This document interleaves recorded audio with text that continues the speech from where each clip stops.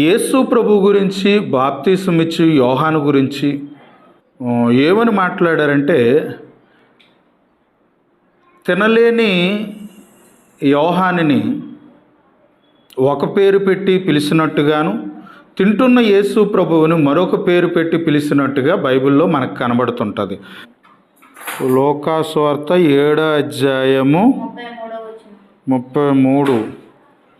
బాప్తిసమిచ్చు యోహాను రొట్టె తినకయు ద్రాక్షరసం తాగక వచ్చెను గనుక వీడి దెయ్యం పట్టినవాడని మీరు అనుచున్నారు. మనుష్య కుమారుడు తినుచు తాగుచు వచ్చెను గనుక మీరు ఇదిగో వీడు తిండిబోతును, మద్యపానీయు, సుంకరులకు పాపులకు స్నేహితుడని అనుచున్నారు. ఈ వాక్యాన్ని నేను ఎందుకు చూపిస్తున్నాను అని అంటే, సమాజం బాగులేదు, మనుషుల జీవితాలు పాపం వైపు వెళ్తున్నాయి అని ఎవరైనా చెబితే వాళ్ళకి ఏదో మెంటలు వచ్చినట్టుగా, వాళ్ళు ఏదో చెడ్డోళ్ళలాగా మనుషులు చూస్తున్నారన్నమాట. మనుషులు ఎలా చూస్తున్నారంటే, పిచ్చి పట్టినోడిని మంచోడు అంటున్నారు, మంచోడిని పిచ్చి పట్టినోడు అంటున్నారు. కొన్ని మాటలు మాట్లాడేసరికి మనుషులు ఎలా చూస్తున్నారంటే, నీకేదో బాగులేనట్టుంది, డాక్టర్ దగ్గరికి వెళ్తే బాగుంటుందేమో. బాగు చేసినోడికి పిచ్చి పట్టింది. ఎవడికి పట్టింది పిచ్చి? పిచ్చి ఎవరికి పట్టింది? సమాజాన్ని బాగు చేస్తున్న యోహానుని, యేసు ప్రభువును చూసి బాగులేని సమాజం మారటానికి ప్రయత్నం చేయకన్నా మార్చేవారి గురించి చెడ్డగా మాట్లాడుకునే తరం పుట్టింది. అందుకే మాట్లాడకూడదు అనిపించింది నాకు. ఈ యోహాను గురించి, యేసు ప్రభు గురించి, వీళ్ళు ప్రపంచాన్ని రక్షించడానికి వచ్చిన వాళ్ళు. బాప్తిసమిచ్చు యోహాను జకరియా ఎలిజబెతులకు లేక కలిగిన కుమారుడు. బాప్తిసమిచ్చు యోహాను ఎవరు అని అంటే, యేసుక్రీస్తుకు ముందుగా వచ్చాడు, యేసుక్రీస్తుకు సాక్షిగా నిలవబడ్డాడు. ఈ బాప్తిసమిచ్చు యోహాను గురించి, యేసు ప్రభు గురించి దేవుడు చెబుతున్న సాక్ష్యం, భక్తులు చెబుతున్న సాక్ష్యం. యోహాను సువార్త 1వ అధ్యాయము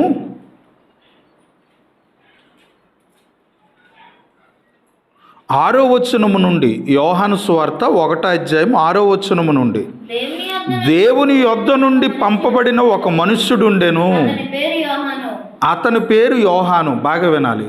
యోహాను గారు ఎవరి యొద్ద నుండి పంపబడ్డాడు? దేవుని యొద్ద నుండి.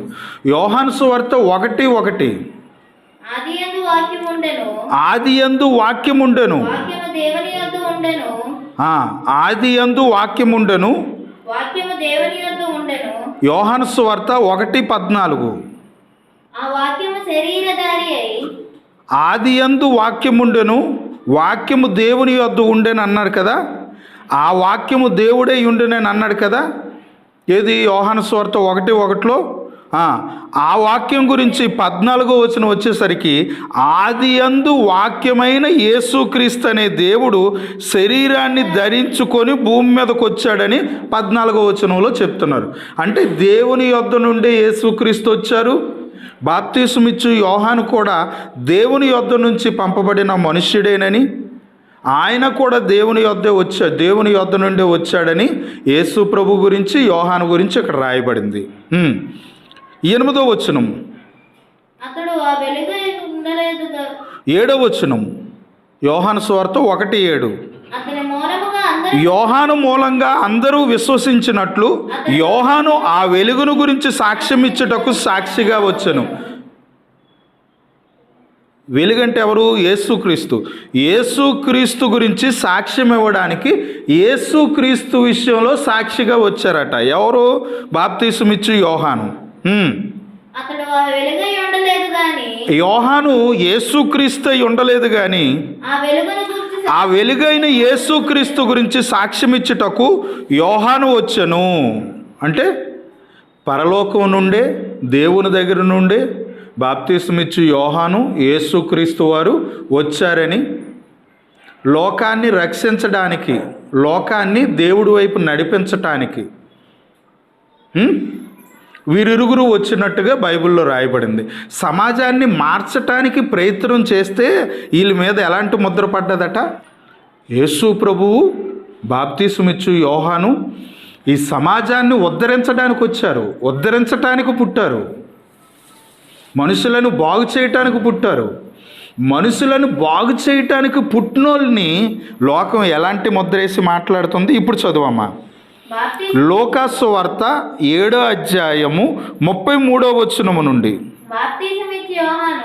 బాప్తిసమిచ్చు యోహాను గురించి, జకరియా ఎలిజబెతుల కుమారుడైన యోహాను గురించి, రొట్టె తినటం లేదు కాబట్టి, అందరిలాగా ద్రాక్షరసం తాగట్లేదు కాబట్టి వీడు దెయ్యం పట్టినోడు. తినలేని వాళ్ళు అందరూ దెయ్యం పట్టినోళ్ళే. తిన్నోళ్ళు ఏమొచ్చి దేవుని బిడ్డలు, తినలేని వాళ్ళు దెయ్యం బిడ్డలా? లోకాన్ని కాపాడడానికి అబ్రాము సంతానం అంటే దేవుని జనాంగం, దేవుడితో స్నేహం చేసిన వారు అబ్రాం గారు. ఆయనలో నుండి వచ్చిన జనాంగము దెయ్యం పిల్లలుగా మారిపోతే మీ జీవితాలను మార్చుకోండి అంటే కొంతమంది ఏమంటున్నారట? యోహాను గురించి ఏమంటున్నారు? వీడు దెయ్యం పట్టినవాడు.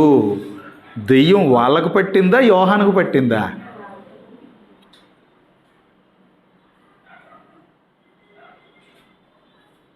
చెడు జరుగుతుంది, చెడు జరగకూడదని నాతోనే ఉన్నవాడు నన్ను అప్పగించబోతున్నాడని బయటికి చెబితే ఇస్కరియోతు యోధ మారాడా, మార్చుకున్నాడా? మారలేదు, మార్చుకోలేదు. మారలేదు. నేనే ఆ దొంగని, నా పేరే యేసు ఎత్తాడు. శిష్యుడు రూపంలో ఉన్న దొంగని నేను, నా పేరే యేసు ఎత్తారు. నా బుద్ధులు మార్చుకుంటానని ఇస్కరియోతు యోధ ఆలోచించటం మానేసి అప్పగించి చూపించాడు. పాడైన సమాజాన్ని బాగు చేయాలని, చేదైన వేరు ఎంత కూడా లేవకూడదని వాక్యముతో కొంతమంది జీవితాలు కడితే వాళ్ళు ఏం చేస్తున్నారంటే అలా చెప్పే మనలను చెడ్డ చేసేస్తున్నారు. నేను చీకట్లో నడిచాను, అది నిజము, చీకట్లో నుంచి వెలుగు వైపు నడవటానికి ప్రయత్నం చేస్తాను, వెలుగు వైపు నడుస్తున్నాను అని ఒప్పుకోవటం మానేసి అది చెప్పే వాళ్ళని చెడ్డ చేసే భయంకరమైన మనుషులు ఉన్నారన్నమాట. వీళ్ళిద్దరూ లోకాన్ని కాపాడడానికి పుట్టారు. సేవకుడంటే తనను తాను రక్షించుకుంటూ ఇతరులను రక్షించే పని చేస్తాడు. సేవకుడుకున్న లక్షణం. యోహాను గురించి, యేసుప్రభు గురించి ఇలాగ అనొచ్చండి. ఒక చెడ్డోడు మరొకరిని చెడ్డోడు, ఆడు మంచోడై ఉన్నోడిని చెడ్డోడైన ముద్ర వేయడం ఎంతవరకు రైటు? నా కంట్లో దూలం పెట్టుకొని, నా కంట్లో దూలం ఉంది నిజమే అని ఒప్పుకోవడం మానేసి కప్పుకుంటుంటే ఏం చేయాలి?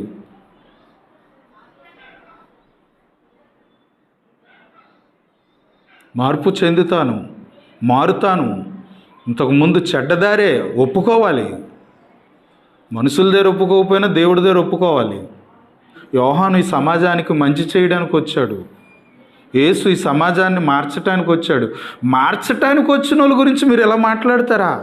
మారమని చెప్పిన వాళ్ళ గురించి మీరు ఎలా మాట్లాడతారా? ఈ మధ్య మామికి బాగులేదు, హాస్పిటల్కి తీసుకెళ్తే మంచిదేమోనమ్మా. ఏడ్చాను అనమాట. ప్రియమైన దేవుని పిల్లలారా, బాప్తిసమిచ్చి యోహాను రొట్టె తినట్లేదు, ద్రాక్షరసం తాగట్లేదు, కానీ వీడు దెయ్యం పట్టినోడు. యోహానుకి దెయ్యం పట్టిందా? యోహాను మీద దెయ్యం పట్టినోడని అంటున్నోళ్ళకి దెయ్యం పట్టిందా? మనుష్య కుమారుడు తినుచు త్రాగుచు వచ్చెను గనుక వీడు తిండిపోతూ తాగుబోతూ సొంకరులతోనూ పాపులతోనూ స్నేహం చేస్తున్నాడు. ఎలాంటి ముద్ర వేశారు యేసు ప్రభు గురించి, యోహాను గురించి.